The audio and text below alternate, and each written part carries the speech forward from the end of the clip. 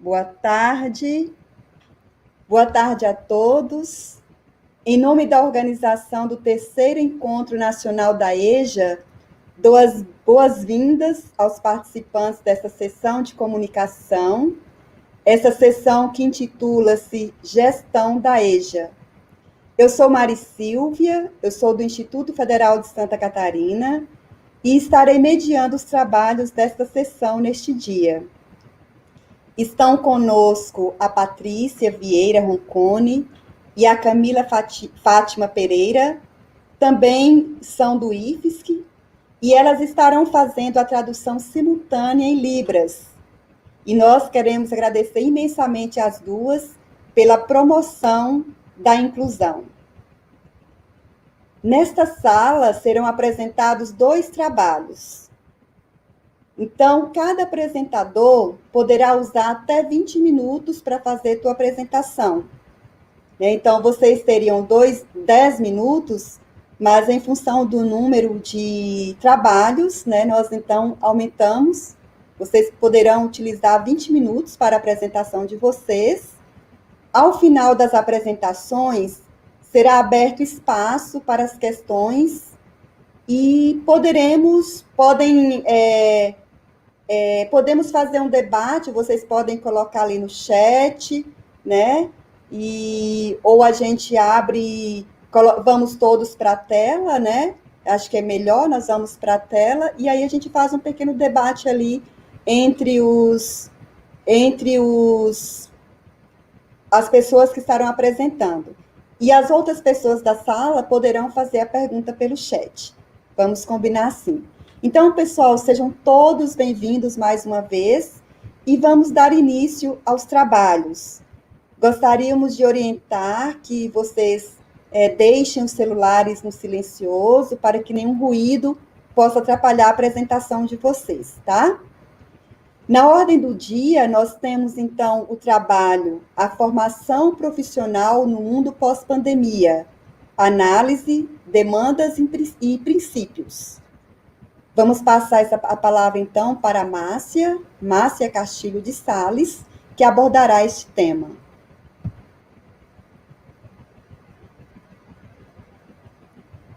Com a palavra, Márcia.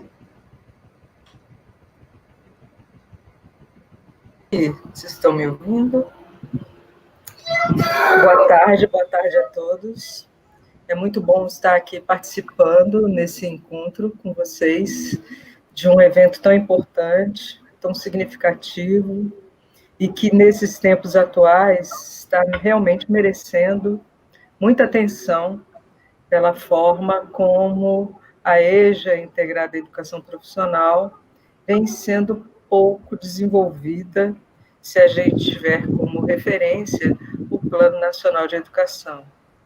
Mas creio que quem está aqui hoje nesse evento e em todos os institutos na rede federal, com certeza tem esse compromisso, E para essas pessoas compromissadas, a gente trouxe essa temática, que é a questão da formação profissional diante dessa realidade que estamos vivendo.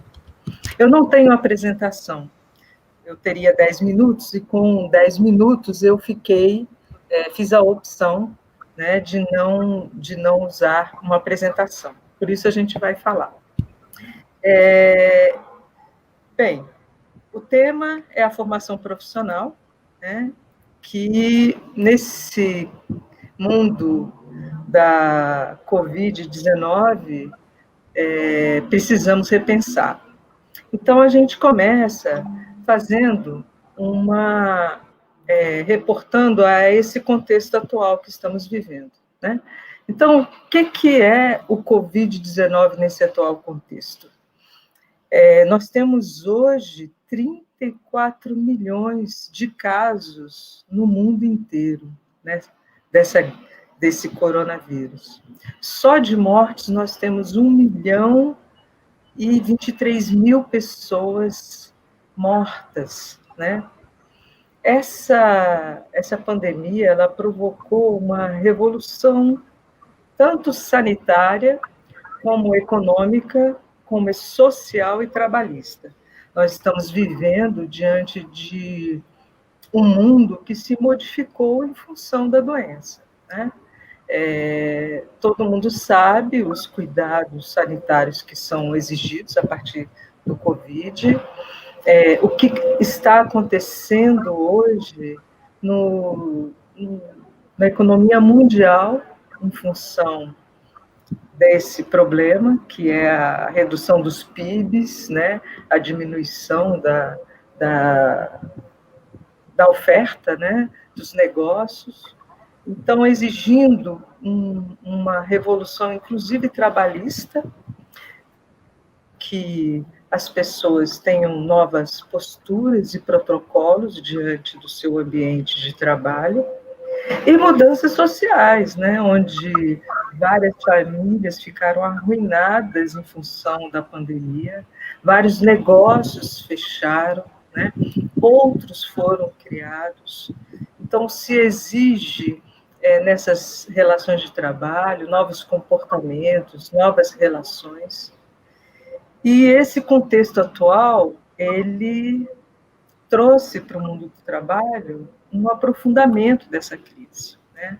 Mas a crise já estava iniciada antes da própria pandemia.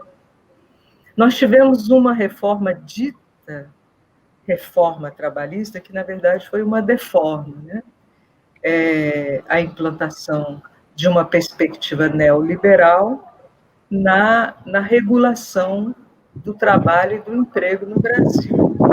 E essa perspectiva neoliberal promoveu, nesse mundo do trabalho atual, a figura do trabalhador autônomo, temporário, intermitente, né, terceirizado, muito precarizado, e dados, né, de subutilização, que agora também existem contratos pela questão da carga horária, né? Então, essa crise trabalhista já existia, e com esse advento da pandemia, só se aprofundou, né? E aí a gente pergunta, né, como essa Covid está afetando esse mundo do trabalho? Quais são as bases de apoio para a reestruturação do trabalho e do trabalhador? E qual a perspectiva de formação profissional que a gente tem que desenvolver para atender essas novas demandas? Então, meu trabalho tem essas bases, né? E aí a gente não pode deixar de falar da questão de como hoje o capitalismo está no banco dos réus, né? A gente está sendo hoje, tendo que questionar como essa organização desse sistema, ela trabalha, ela se capilariza, né, na sociedade, nas economias no mundo inteiro, mas que vai exatamente de encontro àquilo que a gente hoje precisa com essa pandemia, que é a proteção do Estado. E o capitalismo não tem essa perspectiva de proteger o Estado, de proteger o trabalhador, pelo contrário, né? E aí, por conta disso, a gente observa que na questão da saúde, dependendo de onde você mora, a Covid mata mais, né? Então, se você estiver morando num bairro nobre, quer dizer, em função da sua condição social e econômica, você vai ter mais condições de acesso a uma saúde que inibe ou previne a doença. Mas o trabalhador, ele não tem essa condição. Então, diante da Covid, os pobres estão morrendo mais. E se precisa de ter o isolamento social, não é para o pobre, porque o pobre ele trabalha em determinados empregos, em determinadas situações, que ele não pode se dar a esse luxo, entre aspas, de isolamento social. E aí, aonde está a questão ética do capitalismo, né? Onde o capital suplanta o valor da vida humana, né? E aí nós vemos hoje a questão do exemplo aí dos motoboys, né, e os motoristas de Uber, onde eles pensam, né, ou então onde tentam passar para eles eles uma perspectiva de empreendedorismo, onde nada mais eles são do que trabalhadores explorados, né, com em todas as suas energias, trabalhando muito mais de 8 horas por dia, não tendo nenhuma proteção social, nenhum seguro, nenhum acesso à saúde, colocando o seu próprio carro, a sua própria moto, a sua própria gasolina, e se tiver algum problema de acidente, é ele mesmo que tem um ônus. Então, esse tipo de trabalhador, ele foi só ampliado, né? Porque ele já existia, mas foi ampliado em função da necessidade que hoje existe de ter esse tipo de função na questão do mundo do trabalho, mas sem nenhuma proteção. Então, esses são trabalhadores que estão aí, né, pensando ou pensavam que iam ganhar muito dinheiro, né, e estão sendo mais explorados ainda do que antes.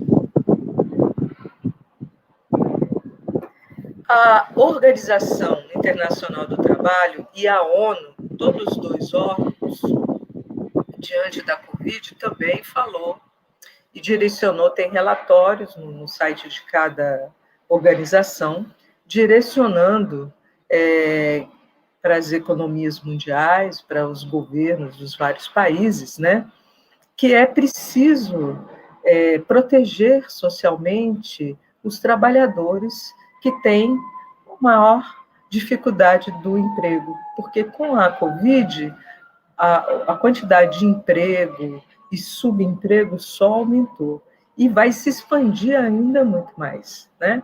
Então, quem são os mais afetados são os idosos, os jovens, as mulheres e os trabalhadores que não têm proteção social. Então, essa orientação da Organização Internacional do Trabalho e da ONU, né, em se concentrar em oferecer medidas de proteção à saúde, apoio econômico, né, a questão da renda, né, a renda básica, é a orientação dessas instituições que está em nível mundial. Algumas economias estão fazendo isso, outras não. Então, nessa perspectiva, nós temos uma intensificação dessa jornada de trabalho por conta da Covid. Hoje nós temos o impacto aí, na maioria das famílias, né, do teletrabalho, que não existe nenhuma norma, nenhuma regulamentação, inclusive nós da educação estamos agora tendo que conviver com essa questão dessa nova função do teletrabalho, e que se mistura com as nossas tarefas diárias, né? que ultrapassa os nossos horários, diminuindo o nosso convívio com os nossos familiares, e que não existe nenhuma relação entre patrão e empregado de regulamentação dessa área, né? Então, se o patrão quiser que você trabalhe mais, você não tem como dizer não, né? Porque não existem normas de níveis de intensidade dessa área, né? Nós temos também uma nova questão das redes sociais, que nós vimos em vários exemplos, né, que hoje está sendo trazido à tona pela mídia, que é a questão do trabalho do consumidor, que nada mais é do que nós mesmos atuando nas redes sociais, gerando dados, né, e através de nossos ok, nossos gosteis, né, na rede social, em várias redes, né, do Google, Facebook principalmente, né, onde a gente passa a oferecer subsídio para essas empresas minerarem, né, esses dados e reorganizar conteúdo e distribuir conteúdo com finalidades diferentes. Então, esse tipo de ação nossa na rede social é um trabalho do consumidor.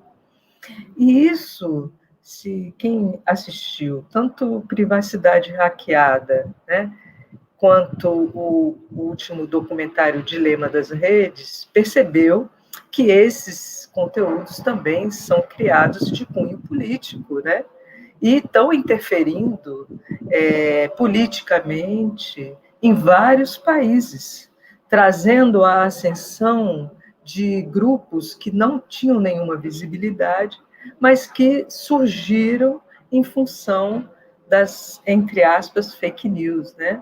Então, é importante também conhecer esse lado, né, que é consumo também, é produção econômica, onde você tem empresas que trabalham no sentido de produzir essas mentiras, né, e tem empresas que se associam a determinadas notícias porque acham mais interessante para relacionar o seu produto, né?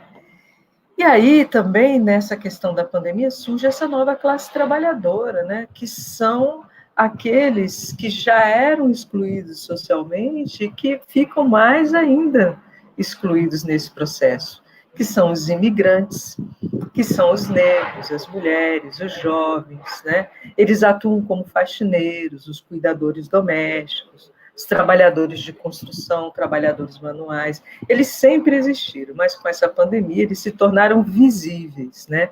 Porque são indispensáveis, né?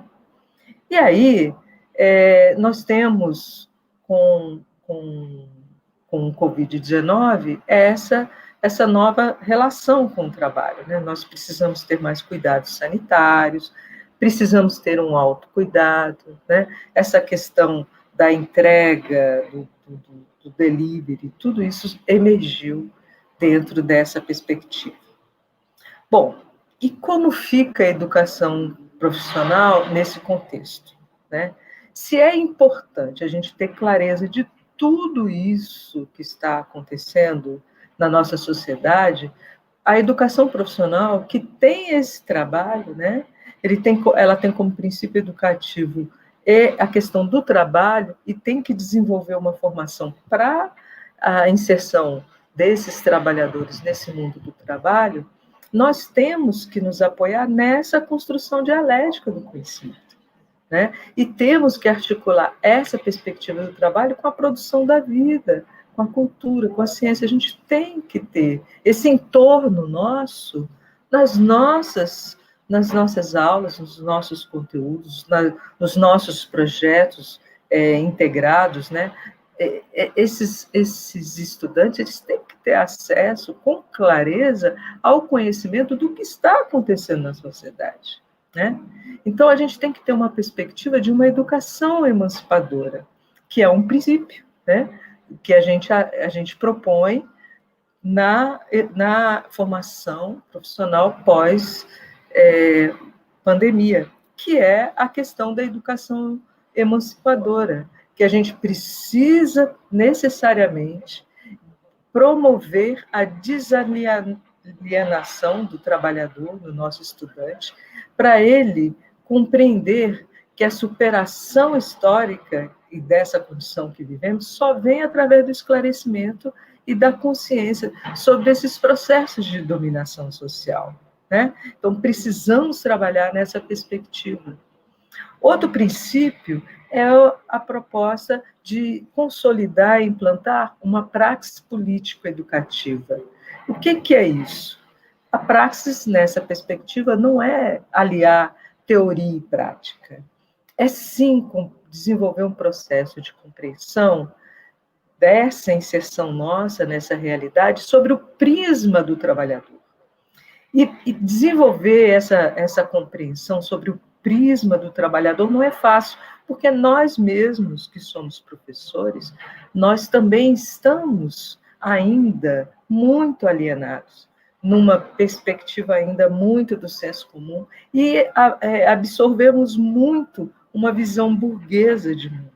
Tanto é que muitos companheiros nossos, educadores, ainda defendem questões que são contra a nossa própria categoria e contra os próprios estudantes. Uma delas é a questão da meritocracia, né? Então, a gente precisa trabalhar na perspectiva e na ótica do trabalhador, que não é fácil. E desenvolver isso numa pauta do trabalho coletivo, onde a construção coletiva, em momentos de coordenação pedagógica, momentos de coordenação coletiva, fortalece a nossa formação, porque ali é um espaço de formação continuada. E é um espaço também de formação política, porque não temos como deslocar a política da educação. Não existe neutralidade na educação. A política, como diz Paulo Freire, é você tomar posição, né? E a educação você precisa tomar posição. E você precisa, nessa prática política educativa, desenvolver um engajamento social, né? Onde você promova a sua autoeducação numa atuação revolucionária. Então, a gente vai precisar tomar partido. E esperamos, e a minha proposta sugere isso, que o partido seja do trabalhador, da ótica dele, porque somos trabalhadores, né? Por mais que às vezes o professor não se sinta um trabalhador, ele é um trabalhador. E o outro princípio é o trabalho coletivo. Já estou finalizando.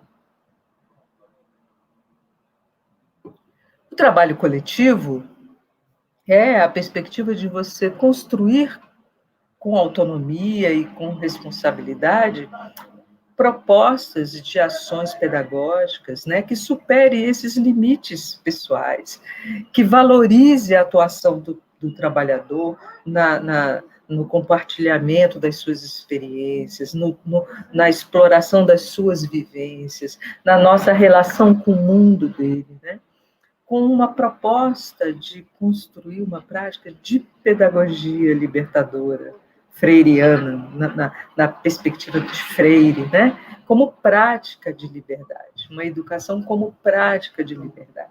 Então, essa é a perspectiva freiriana do trabalho coletivo, né? E aí, para fechar, a gente conclui o seguinte, né? A gente não quer mais esse mundo que existia antes da pandemia. Esse mundo não serve mais para a gente. Essa perspectiva capitalista de destruição dos nossos ambientes na geração de lucros, né? Destruição de sociedades, né? Dos nossos direitos enquanto trabalhador, a precarização do acesso à saúde, à educação, né? Promovendo ainda uma exclusão maior numa sociedade excludente, não é mais o que a gente quer, né? A gente precisa de uma sociedade mais ecológica, onde o trabalho se sobreponha sobre o capital. Leonardo Boff fala muito que a gente precisa ter o cuidado com a mãe terra, né? Ele chama a nossa terra de mãe terra, os cuidados com a preservação da natureza, com mais justiça e igualdade sociais, né? Então, esse é um processo que a gente precisa levar para a nossa formação profissional, porque a gente precisa dar protagonismo aos nossos estudantes, fazer uma articulação com os movimentos sociais, aproximando mais o saber, né, da participação popular com o saber científico. E a gente precisa ter a convicção de uma responsabilidade coletiva com essa mudança, né? Então é isso. Eu agradeço a paciência de vocês e estou aberta às discussões. Obrigada.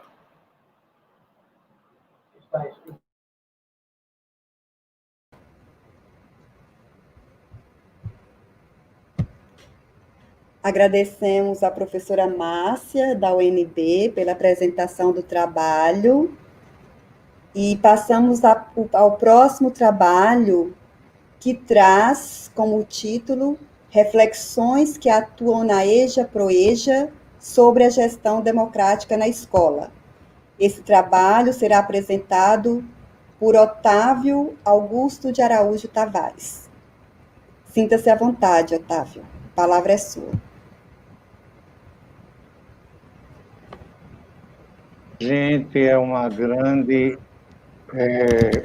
oportunidade, porque nós sentimos, a partir do que a colega que me antecedeu colocou, que toda a base é freiriana, mas desculpe, complementar, né? Então, para iniciar um pensamento com o Paulo Freire, ele dizia exatamente o seguinte: ninguém caminha sem aprender a caminhar, sem aprender a fazer o caminho caminhando, refazendo e retocando o sonho pelo qual se pôs a caminhar. Então, observem que significa isso. Eu vivencio a experiência freiriana desde que fazia o antigo ginásio, uma primeira experiência exatamente no trabalho chamado de Pé no Chão também se aprende a ler, e que era partindo exatamente do concreto para as pessoas, para o abstrato.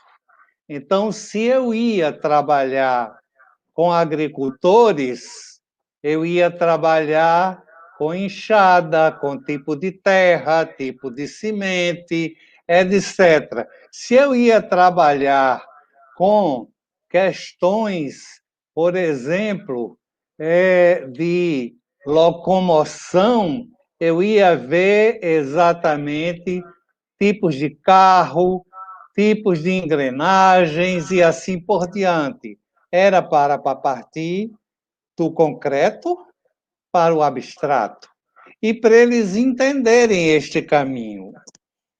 Então, eu quero iniciar a nossa fala dizendo que esse trabalho é a apresentação de uma experiência que a gente teve a oportunidade de, sendo escolhido pelo Ministério da Educação, a CETEC, com a experiência do que se chamou PROEJA, e inicialmente foi presencialmente, e a gente tinha poucas turmas, mas era para trabalhar exatamente a educação do jovem, do adulto, e eu acrescento do idoso, para eles serem pessoas que estivessem dentro de um processo de sociedade aonde pudesse crescer como seres humanos e como pessoas que fossem úteis a partir de uma área de conhecimento. Então, essa experiência foi discutida desde 2018 com a CETEC-MEC e nós trabalhamos a nível de Brasil 26 polos oferecendo do Amazonas ao Rio Grande do Sul um curso de especialização em práticas assertivas em didática e gestão da educação profissional integrada à educação de jovens e adultos, EJA-PROEJA, ofertado para servidores municipais, servidores estaduais e servidores da rede federal. Com isso, nós montamos uma estrutura em que poderíamos ter aulas através de toda uma infraestrutura que já acontece neste país e precisa ser explorada melhor, utilizando-se coordenadores de polo, tutores, professores formadores videoaulas, tarefas em ambientes virtuais. Cada vez que um aluno entrasse em um ambiente, ficava registrada a sua presença. A resposta que ele dava era analisada, e era observada, e era vista para que ele pudesse ir crescendo. Então, nesse sentido, foi uma parceria entre a CETEC com o MEC, CETEC-MEC, o Instituto Federal, e para gerenciar o recurso, a FUNCERN, que é a fundação que gerencia os recursos que nós conseguimos através de parcerias. Só para ficar claro, iniciamos em 2 turmas, inicialmente com 249 alunos, sendo em didática, e 121 alunos sendo em gestão. Mas não queríamos deixar de aproveitar a oportunidade de contribuir com alunos que eram servidores, docentes, técnicos e gestores das escolas públicas, municipais, estaduais e federais. E com isso, a gente montou uma estrutura curricular, aonde os 3 primeiros módulos eram a base científica e tecnológica comum, e depois, então, eles entravam numa parte específica na ênfase de didática para os que fossem atuar com docência e na ênfase de gestão para os que fossem atuar em todas as funções de gestão.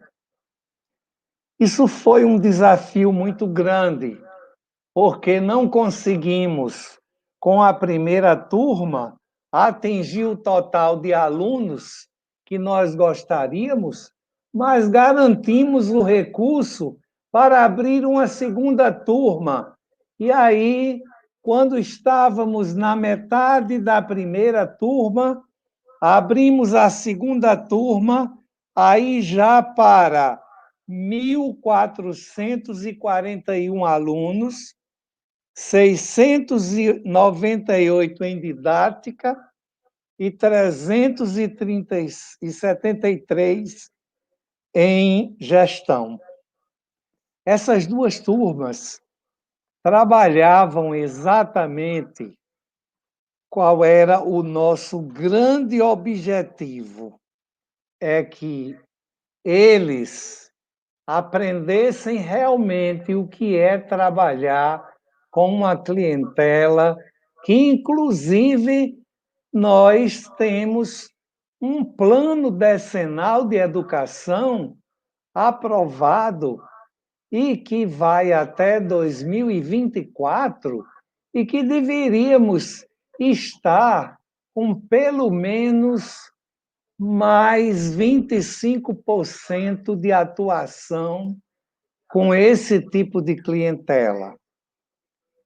Creio que ser difícil, porque vivenciamos todo aquele contexto colocado pela minha antecessora, mas que seremos sempre do grupo da resistência, daqueles que vai trabalhar na perspectiva de mostrar que a educação é um instrumento que pode fazer alguém crescer.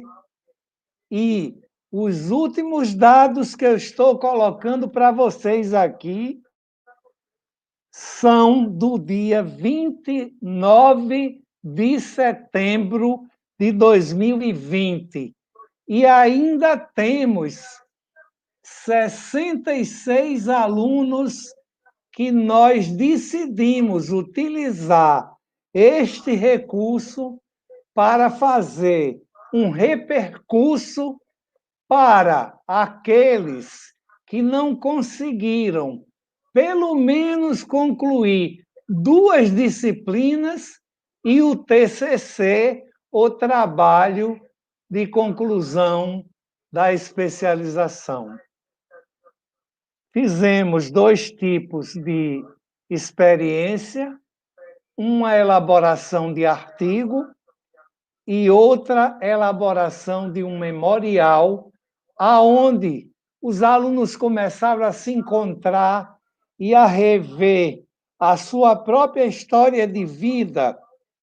E essa revisão da sua própria história de vida, com possíveis contribuições para a sua especialização, eles tiveram oportunidade de estudar Freire, Romão, Gadotti, Libânio, Oliveira, Toshi, Shaw, etc.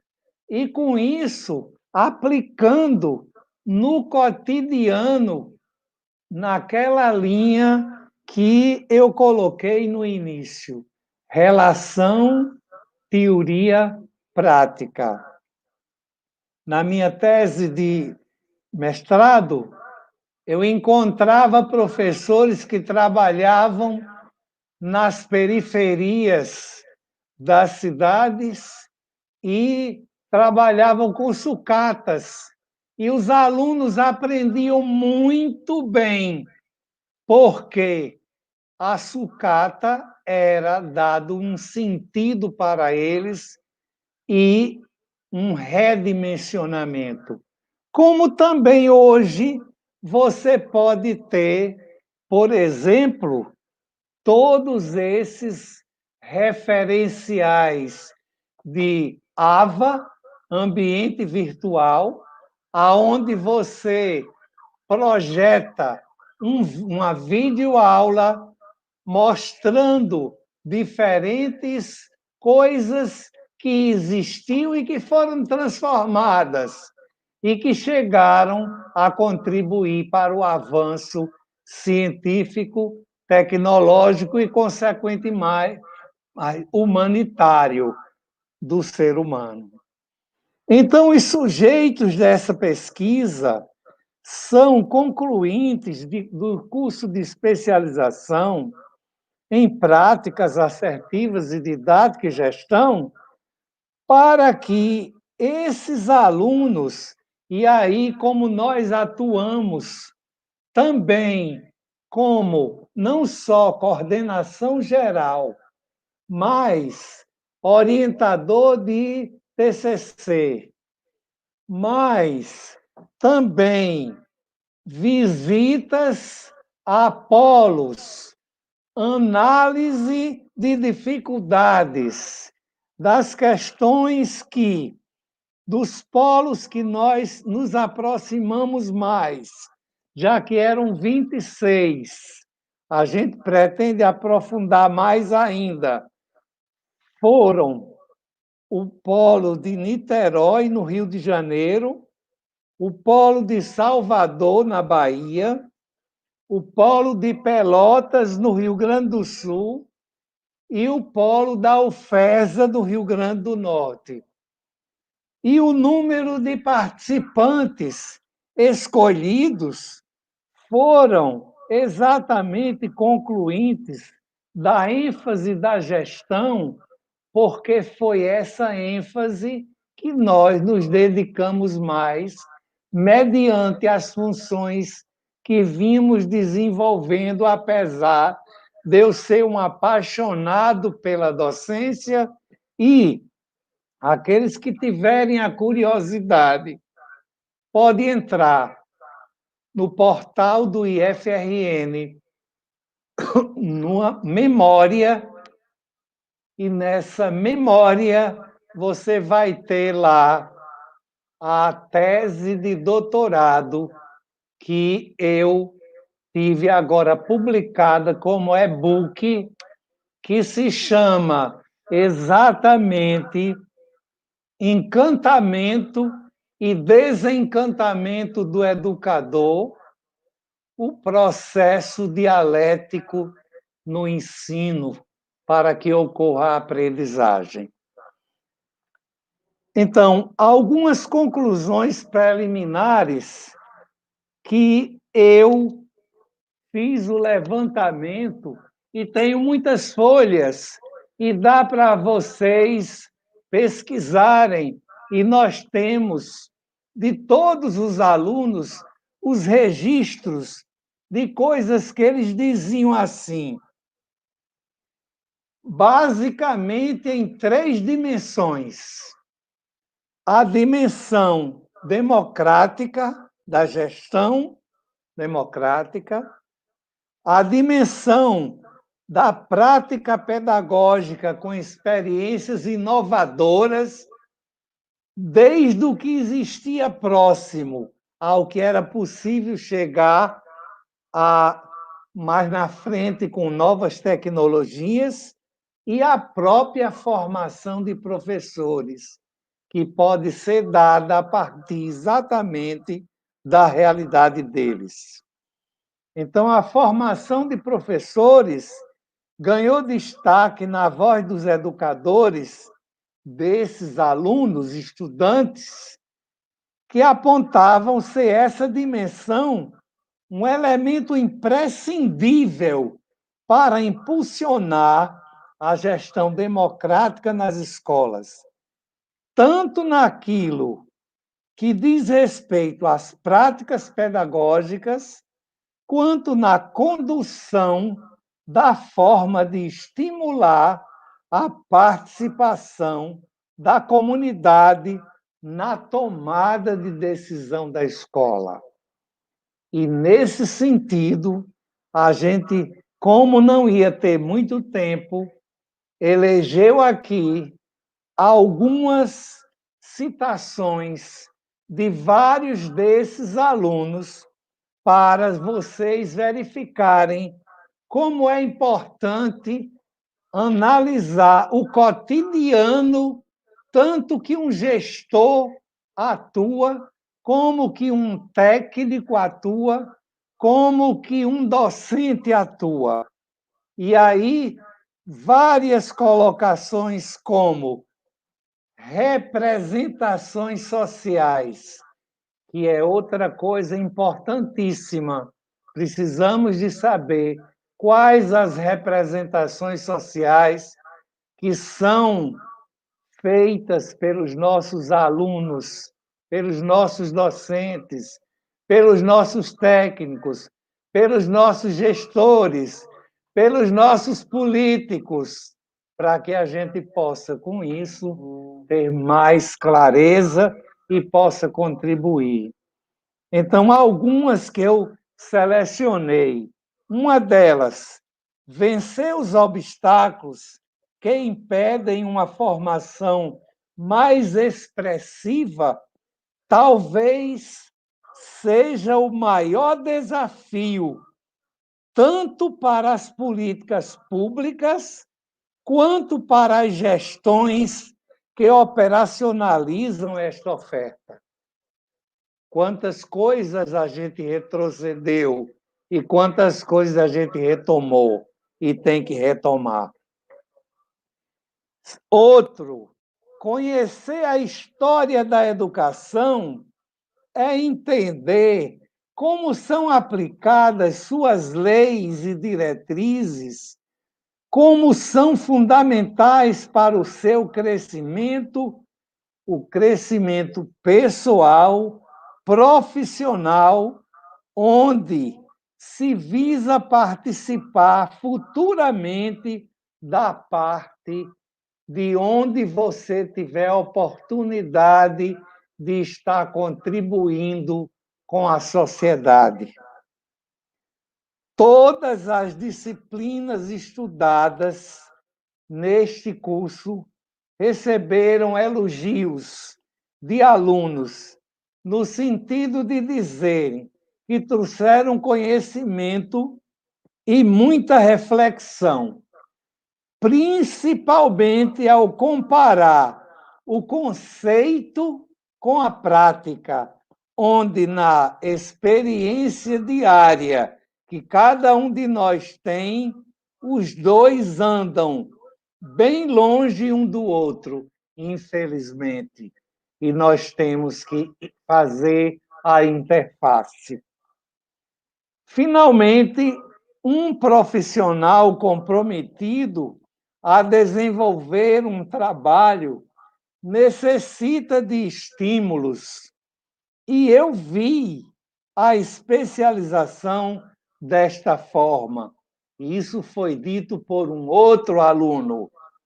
Vale ressaltar não só a mudança enquanto profissional, mas sim como membro que faz parte de uma sociedade e se preocupa muito mais com a educação do que se pensa, principalmente quando constitui a sua própria família. E aí nós temos várias referências que eu apenas vou citar algumas. Brasil, Programa Nacional de Integração da Educação Profissional com a Educação Básica na modalidade da EJA, que é o documento básico de Brasília, de agosto de 2007. Está disponível no portal. Freire, Educação como Prática da Liberdade, Paz e Terra, desde 1971. Paulo Freire, Educação e Mudança, Paz e Terra também, Rio de Janeiro, 1979. Paulo Freire também, Ação Cultural para a Liberdade e outros escritos, também Paz e Terra. Ainda, Pedagogia da Autonomia, Saberes Necessários à Prática Educativa, Pedagogia dos Sonhos Possíveis, que foi um dos livros mais recentes que eu mergulhei de Paulo Freire, que é da Unesp de 2001. E ainda Medo e Ousadia, o cotidiano do professor, com a tradução de Adriana Lopes, também do Rio de Janeiro. Eu agradeço a atenção e estou à disposição para qualquer coisa que eu possa colaborar com vocês. Tem ainda vários outros autores, como Girô, Oliveira, Romão, Saviani, etc., mas que são nossos conhecidos, e eu quis frisar Freire porque eu vivenciei na minha pele, vi colegas meus desaparecerem da porta de uma escola somente porque estavam integrando panfleto mostrando que a educação era um meio de crescimento. Obrigado.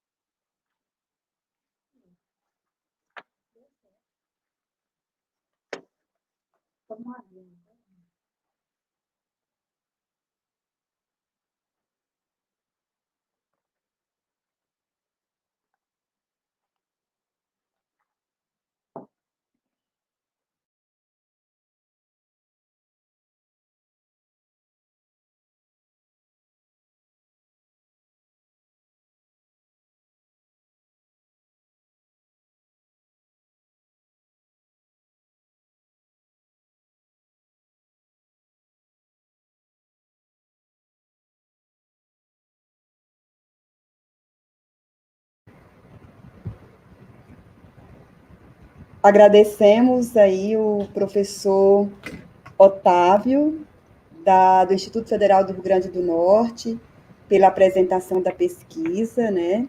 Então, nós ainda temos 9 minutos, não recebemos ali nenhuma pergunta no chat, né? Eu estava acompanhando o chat aqui, né? Então, o pessoal agradecendo, né? Falando que foram boas colocações, parabéns, né? Então, a gente não recebeu nenhum questionamento ali pelo chat. Eu não sei se a professora Márcia e o professor Otávio gostariam de fazer mais ali, utilizar mais 2 minutinhos, ainda temos tempo. Gostariam de utilizar ali 2 minutinhos para fazer alguma articulação entre os dois trabalhos apresentados?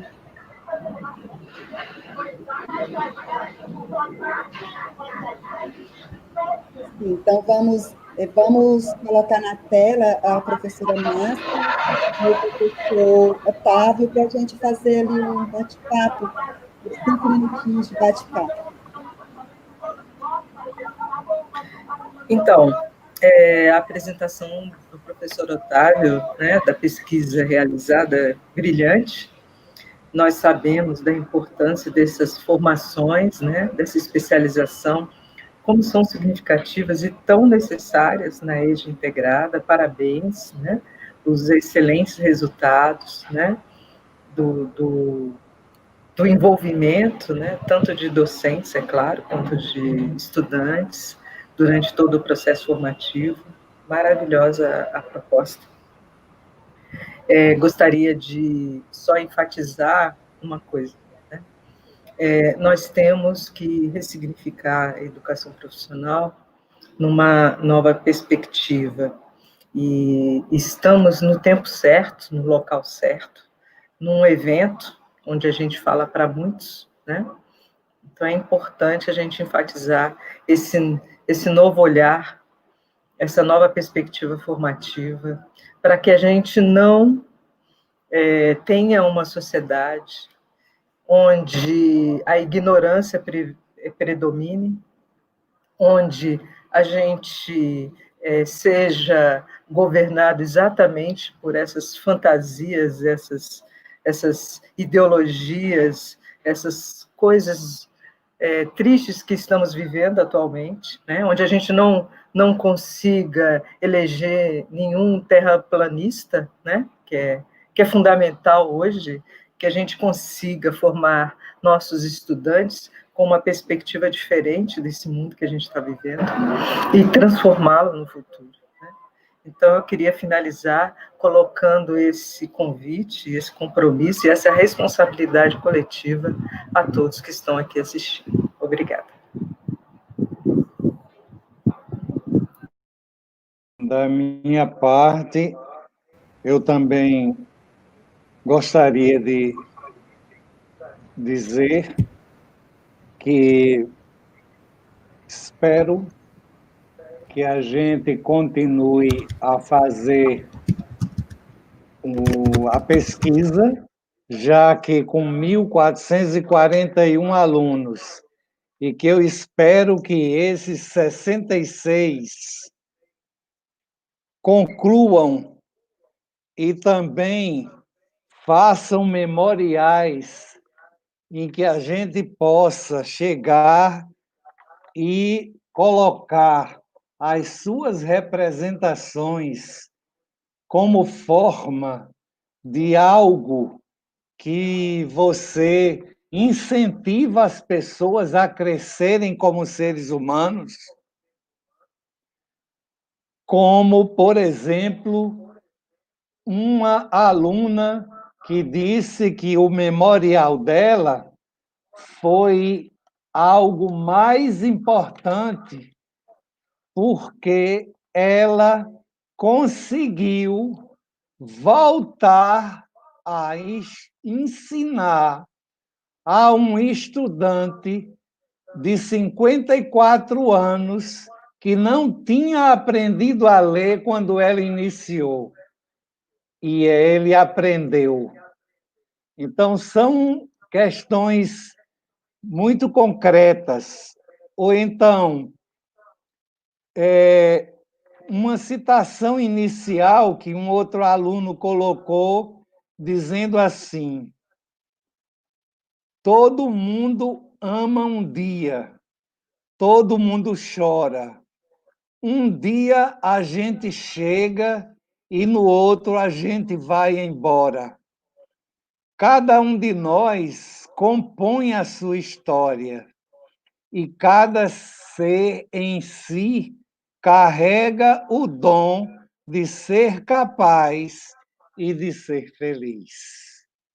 Então, gente, eu realmente fiquei entusiasmado com esses dizeres desses memoriais e desses artigos em que as pessoas analisavam a sua própria história e escreviam e agradeciam a oportunidade que estavam tendo.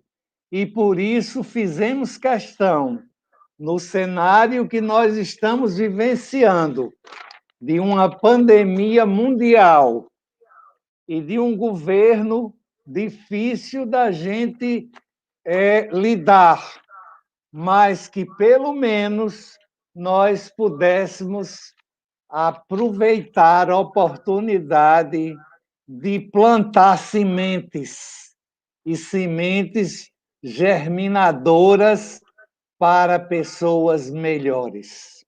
Obrigado.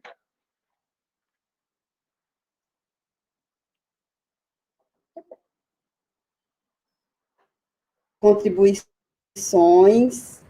e como síntese, né, como reflexão deste eixo gestão da EJA, podemos levar algumas questões que foram apresentadas, né, que a crise na educação, especialmente na EJA-EPT, está instalada antes da pandemia da Covid-19.